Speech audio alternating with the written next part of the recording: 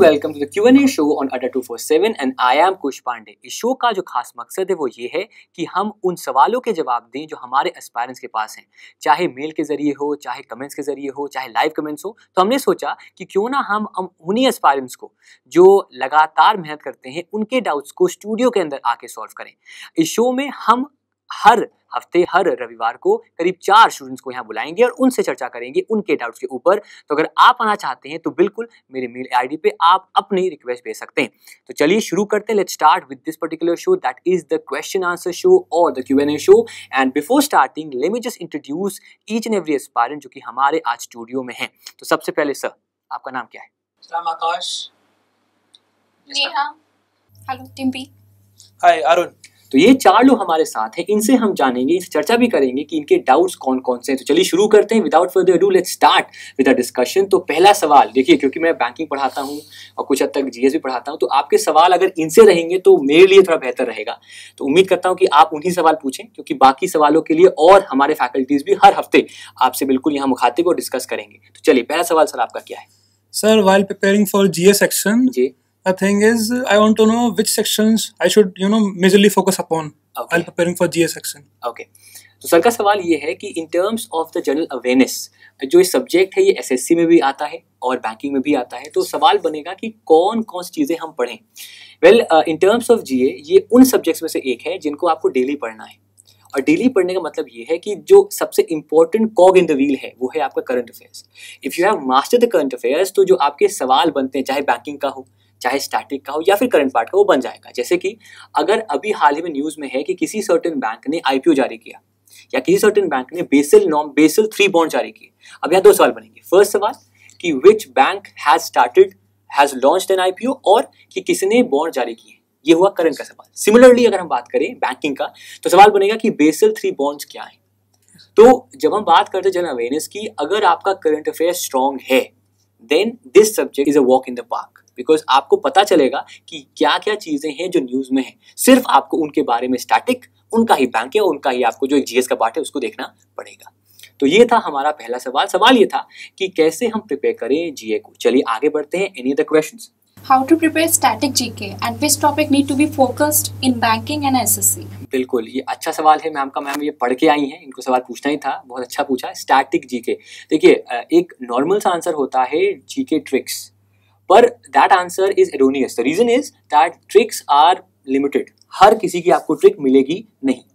तो उसका सिंपल तरीका ये है कि अगर आप डेली बेसिस पर you are reading the paper, daily basis पर you are aware around the world, तो उन पर ही सवाल बनेगा। अभी आप भी एग्री करोगे कि अभी हाल ही में कई सारे इश्यूज हुए हैं। Yes, जैसे कि आपका भी आप पूछने भी आगे पूछोगे भी आप, मुझे लगता है कि डिफरेंट इश्यूज जो कि चल रहे थे। फॉर एग्जाम्पल प्रेसिडेंट बनने वाले हैं, तो सवाल बन सकता है कि what is a single transferable vote, electoral college क्या होता है। देखिए सवाल पॉलिटी का है, पर क्योंकि आपका न्यूज में है इलेक्शंस प्रेसिडेंट के, तो सवाल बन जाएगा आपका पॉलिटी का भी। सो जब हम बात करते हैं स्टैटिक की, if you are aware of the current surroundings, जो अभी वर्तमान स्थितियां हैं, तो आपके स्टैटिक भी वहां क्लियर हो जाएगा। So it's a request from my side to everyone, each and everyone, कि अगर आपको स्टैटिक कमांड करना है, मैं सर से मैंने वही कहा कि करंट अफेयर्स अगर आपका कमांड पे है तो आपका उतना ही ज्यादा बेहतर रहेगा। तो ये आपका सवाल था। आई होप मैंने आंसर सही दिया आपको यहाँ पर। चलिए, thank you so much. Any other questions? Sir, I have a question from GST. Okay. Sir, कैसे GST हमारे लाइक नॉर्मल पीपल के लिए बेनिफिशियल, और इसका इंडियन इकोनॉमिक्स पे क्या इफेक्ट होगा, और हमारे बैंकिंग सेक्टर पे ये कैसे बेनिफिशियल हमारे लिए? कैसे बेनिफिशियल? देखिए आपके 3 सवाल हैं। द फर्स्ट क्वेश्चन इज कि how is it effective for us, and second what will the impact on the economy, and third question would be banking पर क्या असर पड़ेगा। देखिए बैंकिंग पर एज सच ऐसा कोई असर नहीं है। हाँ, अगर हम बात करें बैंक एज अ सर्विस, तो वहां पर जो जीएसटी का एक टैक्सेशन है उसका असर पड़ेगा, पर in terms of banking as such वहां इतना असर नहीं पड़ेगा। पर अगर हम बात करें हम आप पे, देखिए डिपेंड करता है कि एक इसका टैगलाइन भी था, इसका एक नाम भी दिया गया था, गुड एंड सिंपल टैक्स। मतलब क्या है इसका, कि एक ऐसा टैक्स जो कि बाकी बड़े टैक्सेस को क्या करेगा, ऑलमोस्ट मर्ज कर देगा। इसमें एडवांटेज ये है कि अब ऐसी चीजें जो कि इजीली अवेलेबल हैं, जो नॉन पैकेज्ड हैं, उनमें तो आपको टैक्स देना नहीं पड़ेगा, इट वुड बी 0%। सिमिलरली अगर हम बात करें जो प्रोसेस्ड फूड्स हैं, उनमें आपका टैक्सेशन पड़ेगा। साथ ही साथ अगर हम बात करें आपकी सिडान्स की या फिर लग्जूरियस आइटम्स की, तो वहाँ पर टैक्सेशन बड़ा ज़रूर है, पर वहाँ पर भी ओवरऑल जो एक प्राइस है वो क्या हुआ है आपका, कम। So in terms of the prima facie जो हमारे सामने एविडेंस आया है उसमें तो मेरे हिसाब से, and I again repeat sir, ये मेरा एक खुद का मत है कि effect is positive. I am not being a fan of somebody, but बिल्कुल ही ये पर्टिकुलर होकर मैं बताऊंगा आपको कि ओवरऑल जो इम्पैक्ट है वो पॉजिटिव ही है. अगर हम बात करें आप पे एज अ स्टूडेंट, आप पे बात करें तो अभी आप पहले बैंकिंग की तैयारी करें. एज अ स्टूडेंट अभी ये सब मत सोचें, क्योंकि मेरे हिसाब से फिटनेस प्रोडक्ट्स हो गए या फिर ऐसे प्रोडक्ट जो कि हमारी सेहत के लिए अच्छे हैं, उन पर अधिक जोर है, उन पर टैक्स रेट काफी कम है. तो एक तरह से हम आपके लिए ये एक अच्छी चीज है. Any other questions? My question is also related to GST. जी. The question is on official notification basis, it's Yeah. being implemented from 1st of July. But still, if we go to market, we are not able to see much changes except the service tax. So, when it will get effect to the normal things that we use in our daily life? Okay. Now you seem to be a foodie, क्योंकि आप restaurant काफ़ी जाते होंगे and वहाँ पर service tax की आप जो बात कर रहे हैं वहाँ आपने देखा होगा. पर मैं आपसे कहूँगा कि अगर हम बात करें in terms of different products as well, जैसे कि कल को जब आप काफ़ी अमीर हो जाएंगे, भगवान करे आप अमीर हो जाएं, you become successful, then well you own cars, वहाँ पर भी आप अभी देख रहे हो कि प्राइसेस में चेंज आया है. सिमिलरली बिग बाजार आप जाते होंगे, जो एक आपका आउटलेट है, वहाँ पर भी आप देखोगे कि वहाँ पर डिफरेंट गुड्स हैं, उनमें भी आपका टैक्स रेट अलग अलग है. यहाँ पर सरकार ने कहा भी है कि अगर पैकेज्ड फूड है तो 5% तो पड़ेगा, और अगर नॉन पैकेज जो आपका 5% पड़ेगा नहीं. सिमिलरली अंतर आया है आपके डिफरेंट गुड्स में भी कि सोप का अलग एक प्राइस है, टैक्स है. सिमिलरली एक कोल्ड ड्रिंक का अलग एक टैक्स है. तो वहाँ पर भी हमने अंतर देखा है. एक बात को ध्यान दीजिएगा कि दो डिविजन्स काफ़ी बार आप देखेंगे एक बिल के अंदर, आपको पता होगा, एक SGST and CGST, that is state and central tax. तो उससे कंपैरेटिवली हम देखते हैं कि जो ओवरऑल टैक्स का रेट है उसमें हमने अंतर देखा है. तो अगर आप थोड़ा और स्टडी कर लोगे तो आपको समझ में आएगा कि नहीं, कहीं ना कहीं कुछ चीज़ों में अंतर आया है, चाहे वो नेगेटिव हो या फिर पॉजिटिव हो, अंतर तो आया है sir. Any other questions? Sir, I got a question. Yes. Sir, I am majorly preparing for SSC. Okay. And I face major problems in general science section, sir. Okay, general science section. Yes, sir. Okay. So the thing is, if I am given 4 options for a question, then I am easily able to answer. Yes, sir. The thing is, and if I am not having those options, then I can't recall actually what is the actual answer. Okay. देखिए, आपका इसका 2 answer है. पहला answer क्या है कि हमारे YouTube channel पर ही we have different faculties. For example Ratnesh sir, English maths के संतोष सर हैं, ये लोग भी काफ़ी हेल्प कर देते हैं SSC में. और साइंस के भी दिनेश सर हमारे हैं, he is brilliant in terms of science. पर आपका सवाल है ऑप्शंस का. तो मैं चाहूँगा जो हमारे एस्पायरेंट्स हैं वो इस कहानी को सुने ज़रूर, और आप भी सुनिएगा. This particular story is of options. Now we had a particular friend of mine and he was a teacher, and एक सवाल पूछा उसके बच्चे ने कि सर, भारत के राष्ट्रपति कौन है, who is the president of India? तो उनकी आदत थी क्या सर, ऑप्शन देने की. ऑप्शंस की आपका ना ऑप्शंस देखता हूँ तो मिल जाता है. तो उन्होंने कहा Pranab Mukherjee, Lalu Prasad Yadav, with God's grace Arvind Kejriwal, या फिर नरेंद्र मोदी. अब आंसर क्या है इसका? इसका आंसर है प्रणब मुखर्जी साहब, वो आंसर है. तो उनकी आदत पड़ गई ऑप्शंस मांगने की. दिमाग से तेज थे, उनका IAS का एग्जाम निकल गया. अगेन प्लीज सर, ये हाइपोथेटिकल एक सिचुएशन है, ऐसा मेरा कोई दोस्त नहीं. तो अब वो घर गए खुशी के मारे. भाई ने पूछा बड़े भाई ने कि मूवी चलोगे? तो उसने बोला हाँ, ऑप्शन दो. ऑप्शन क्या दिए उसने? मॉम. आप लोग देखिए मॉम यहाँ पर किसी ने, it's a good movie. Mom और जग्गा जासूस. तो कहा मैं चलूंगा जग्गा जासूस. कब चलोगे? ऑप्शन अगेन एन ऑप्शन, सुबह, शाम या रात. अच्छा, रात में चलेंगे. चलो कैसे? फिर क्या होगा? ऑप्शन दो. तो उसने बोला बाइक से या कार से. तो बोला कार से चलेंगे. तो उनकी लाइफ में क्या था सर? ऑप्शन. यहाँ तक कि माँ ने जब खाना को बोला बेटा खुश, माँ पहली बार खुश हुई कि मेरा बेटा कुछ तो बनने जा रहा है. उन्होंने बोला कि बेटा खाना खाओगे? उन्होंने क्या बोला सर? ऑप्शन. दाल चावल खाएंगे, रोटी सब्जी खाएंगे, दाल चावल खाएंगे. तो उनकी लाइफ में क्या है सर? ऑप्शन. अब आया इंटरव्यू, और हम जैसे लोग नहीं बैठते इंटरव्यू, बैठते काफी सीनियर लोग, काफी वृद्ध टाइप के लोग, हमारे बाबा जी के लोग. बाबा जी हमारे कैरेक्टर भी है हमारे शो में. तो उन्होंने सवाल पूछा, उस सवाल का वो आंसर नहीं दे पाए. सवाल क्या होगा? सवाल था कि आपके पापा का नाम क्या है. अब इसका सर आप ऑप्शन तो नहीं मांगोगे.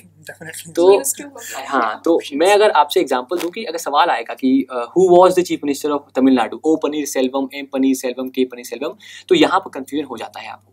तो मैं हाँ, तो जब कभी आप कोई सवाल के बारे में पढ़ें या कोई चीज़ पढ़ें तो उसको रिलेट करें. फॉर एग्जाम्पल एक हमने कल एक शो में कहा भी था SHG, self help group.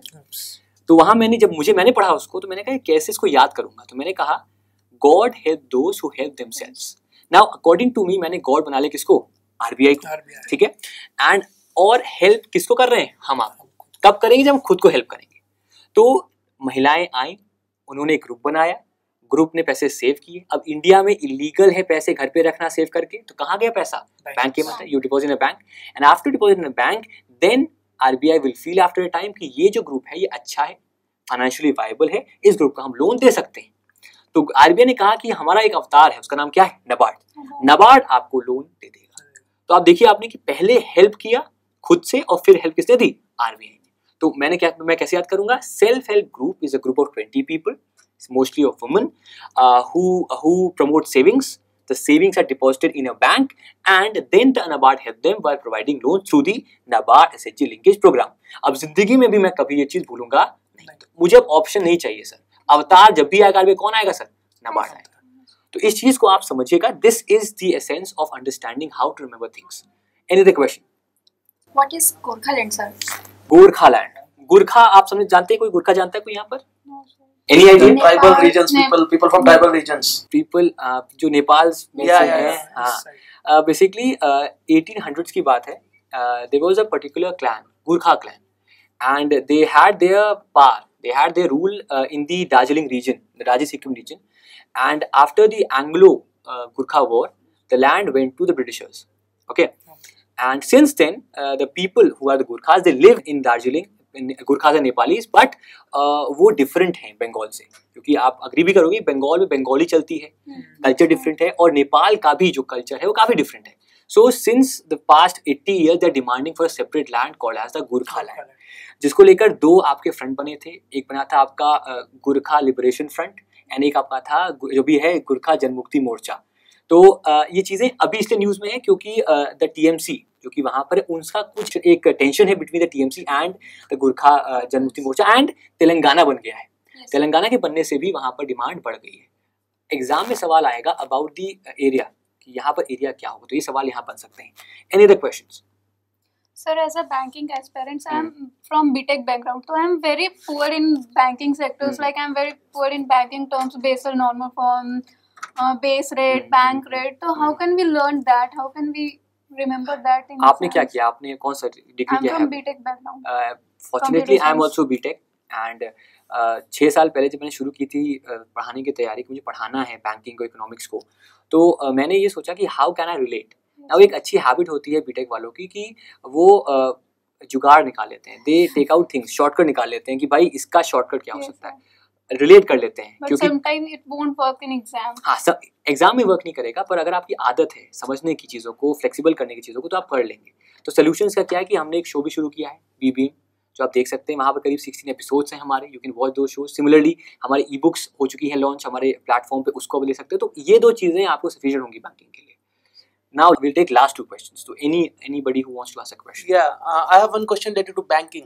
Okay. In a general perspective, we are looking at that the interest rates are falling down constantly. If you see in each and every quarter, the government decreases the interest rate by 1.1%, 2%, and it's continuously from last 1 or 2 years. So where it will stop? And will it taking India to the economies like USA where the interest rate is zero? Zero. I agree. First of all, the answer, and this is a question for all the aspirants who will watch the show. कि the interest rate that we're discussing about FD and the interest rate of the US are different. The interest rate of the US is a Fed rate that is similar to a repo rate and not to a FD interest. Number 1. Number 2, India is trying to promote alternative investments. मतलब जो आपके small savings हैं, FD है, RD है, किसान विकास पत्र है, आपका फिर योजना जो है महिलाओं के लिए, उनमें इंटरेस्ट कम कर रहा है, because they want them to invest more in equity, more in the alternative funding, for example mutual funds, for example shares, for example SIPs, insurance, stocks. इनमें वो इन्वेस्टमेंट की बात कर रहा है. यहाँ पर आपका सवाल भी आ गया कि सर ये तो रिस्की है. Yeah, that's my question actually. As a normal being, if anybody wants to invest in risk-free securities, okay, but that securities which are related to their market linked, they are also risky. Their money can get down. So how to more focus on the risk-free securities? Yes, I agree. कि there would be a feeling of negativity, pessimism कि यार equity एक खतरे वाली चीज़ है, ऐसा है नहीं, क्योंकि the government agencies are supporting this particular venture. For example एक आपने नाम सुना होगा ELSS, equity link saving scheme, उसको प्रमोट किया जा रहा है. सिमिलरली EPFO ने बहुत इन्वेस्ट किया है स्टॉक मार्केट्स में, वो एक बहुत ही बड़ी संस्था है प्रोविडेंट फंड्स की. सिमिलरली जो डिफरेंट आपकी बड़ी बड़ी कंपनीज भी हैं उनके शेयर्स कंफर्टेबली सेफ होते हैं, रिलायंस का सेफ होता है. तो जाहिर सी बात है इन्वेस्टमेंट वहाँ करना अब ज़्यादा एक बेहतर प्रोपोजिशन है, because equity market is a big cog in the wheel for a capital market, and for any economy to grow we need the capital market to grow. ठीक है, तो लास्ट क्वेश्चन नाउ, एनीबडी किसी का question यहाँ पर है पूछना चाहे. Sir, Indo-China crisis recently at district of Assam. What's that? देखिए Like Indo-China, Brahmaputra Treaty. I agree. Indo-China crisis जो है वो है एक particular plateau के लिए. That plateau is the Doklam Plateau. Doklam. Now Doklam Plateau basically is a tri-junction in which we have border of 3 countries. We have the border of Bhutan, Bhutan, India and China. Now India के लिए important क्यों है? Because Yes, sir. उसी के just 100 kilometre या करीब 25 kilometre नीचे आपका है the Chicken's Nest या फिर the Siliguri corridor. I am correct, आप चेक कर लीजिएगा इसको. अब अगर वो बॉर्डर को, उस पर्टिकुलर एरिया को that is under the Chinese control, then there is a direct attack on the north eastern states, because जो चिकन्स नेस्ट है वो एक गेटवे है आपका नॉर्थ ईस्ट नेशंस के लिए. तो वहाँ पर एक डायरेक्ट अटैक हो सकता है from this particular things. Number 1. Number 2, Bhutan और इंडिया का जो एक रिलेशन है वो काफ़ी एक फ्रेंडशिप का है, बेस्ट फ्रेंड्स का है. Bhutan is a peaceful state and India wants to safeguard that particular peaceful nation. तो ये एक अहम मकसद भी है. तो thank you so much guys, आप सबका यहाँ समय निकाल के आने के लिए. अगर आप भी आना चाहते हैं you can come to this particular studio, but for that you have to mail us. You can mail on my ID and we will see कि आप यहाँ पर कैसे पहुँचें. So this was the Q&A show. This is the first of the episodes of the Q&A show guys. In the coming episodes we will have different aspirants and different faculties who will come here and discuss all the doubts possible. Do comment in the comment section about what could be the improvements in this particular show so that we can improve it in the coming days to come. This is Kush Pandey and we are with the aspirants, and this is the other 247 studio, and keep on watching this particular channel, and from my side and from others, peace out.